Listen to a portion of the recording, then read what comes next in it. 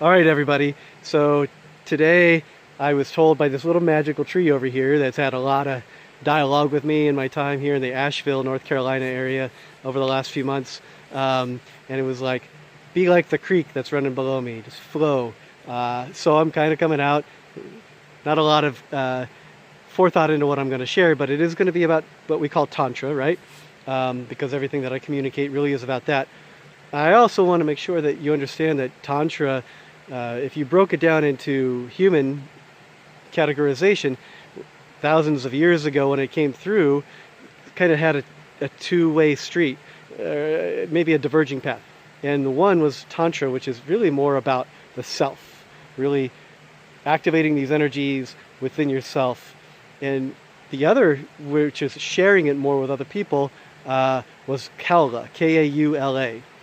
And so it's just that people don't really know what Kaula is. So when I communicate, I'm really talking about Kaula. And Kaula is what Osho actually really exercised. No holds barred, everything's game. I don't know to the extent that he did. I wasn't there, right? But I do know that with Kaula, the Kaulikas, the practitioners, would always be about breaking the human taboos, consuming bodily fluids, and putting ash from dead bodies on themselves, which you'll still see Indian saints doing this to this day. Doing a lot of things that we just think shouldn't be done in the sake of detachment and liberation. So, and I bring up that, and I bring up Osho because recently I came across his documentary series that's on Netflix now about him, totally accidental, and that I found it, and it was talking about a lot of the things that went wrong, essentially, that got him extradited from the U.S. and all these terrorism sorts of things that were happening. And I want to tie this in because in Kaula, you have to bring these acts through the heart.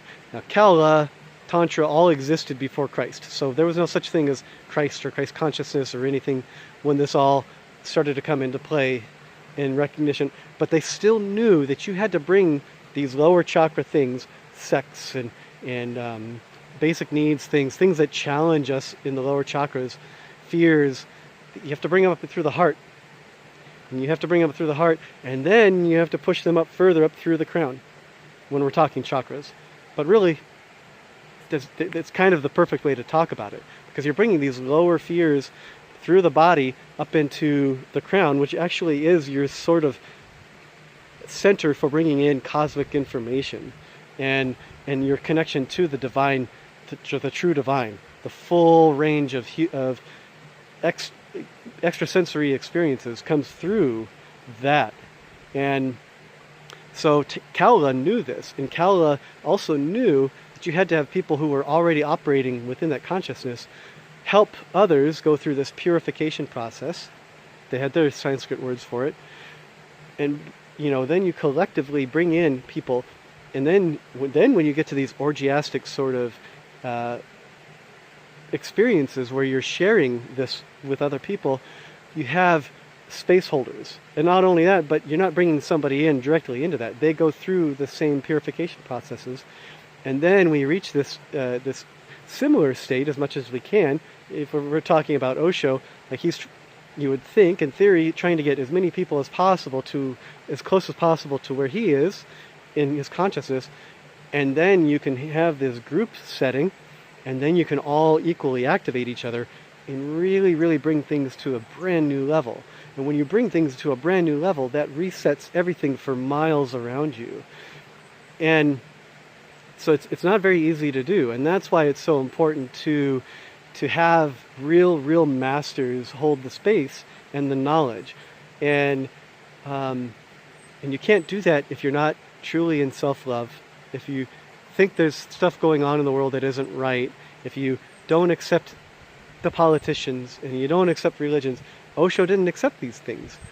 He didn't have gratitude for the game as it was. He knew the game. He appreciated he loved playing the game. But the game beat him because he didn't have gratitude, and he didn't share that gratitude with the external world. He was trying to bring everybody into his world and make that better. we have to fuse it all together. And when you fuse it all together, then you can talk about the word Tantra, which is to weave everything together. And I've talked about this already in other videos, but it's really important to know and to really hit this home many, many times, that just having BDSM parties, just having sex and calling it Tantra, that's not it. I mean, that's a tiny fraction, and maybe, as Osho would say in Book of Secrets, that could be a foundation for getting to these higher states. It's true. You got to have a gateway drug, but you also have to know that there's more. Osho probably knew there was more, but for some reason didn't know how to get to that more. Well, that more is through the heart, as Kaula talked about thousands of years ago. And we call that now, maybe in the Christian sort of world, the Christ consciousness, that heart, that unconditional love, where everything is beautiful and we're really just sharing. We're all collaborating in this game called life, instead of us and them, which Osho still had, an us and them sort of mentality. That mentality is done. We can't use that to go further. We're done. We're done with that. So in this new era, the only way that me personally as a teacher can hold space for other people is to get people first to recognize that everything is beautiful, that all these surroundings around us, and every time I'm around people, everybody is beautiful. I'm not saying that it's easy to be around all the people. I disassociate myself from people frequently, but it's more not the people, it's about the energy flow that they're in versus that I'm in. And if I'm not being called to hold the space in a way that's agreeable for them and me, then we don't really have much to communicate about at that moment. But when we do, then we can bring more of those other energies in, because I don't really feel exclusive, and I'm trying to get to the point that we've got to stop feeling exclusive, because when we do, we fuse this all together, we have these tantric or Kaulic sort of activations, and then we get to the beyond, the more, the big group activations, which become larger and larger and larger, and it's a very synesthetic experience. And Osho is far from the first one to try and do this in the recent times. We've had musicians from Russia composing classical music pieces, trying to do the exact same thing through music. There's so many ways, and we're all really trying to do it, but we got to have people who know, who see the heaven and the earth combined as a beautiful thing, and how to really bridge that gap, synergize all the energies in between, and there are energies in between, and help smooth it out. And it's very invitational. It has to be very invitational. You can't be beating it down people's throats. It can't be using AK-47s and M16s to enforce this. You can't live that way if you want this stuff to work. And when this stuff really works, it transcends everything. It transcends the fairies. It transcends the devas. It transcends the dakinis, the angels, the ascended masters. It goes right back to pure source. And that's what we're trying to get to. And we're in the time and place in the human spectrum of time and space for this to be occurring. And you're part of it. If you're watching this and you're feeling something from this, even if it's agitating or doesn't resonate, that just means it's working. And when your time is right, you're going to go the right direction with it for you. Through me, through somebody else, through your own journey, however you get there. But it won't be as an army of one. That's an old thing. It will be all together. And that's what I have to share with you today. And take what you want from it, as always. And I'll put my information here for you to contact me.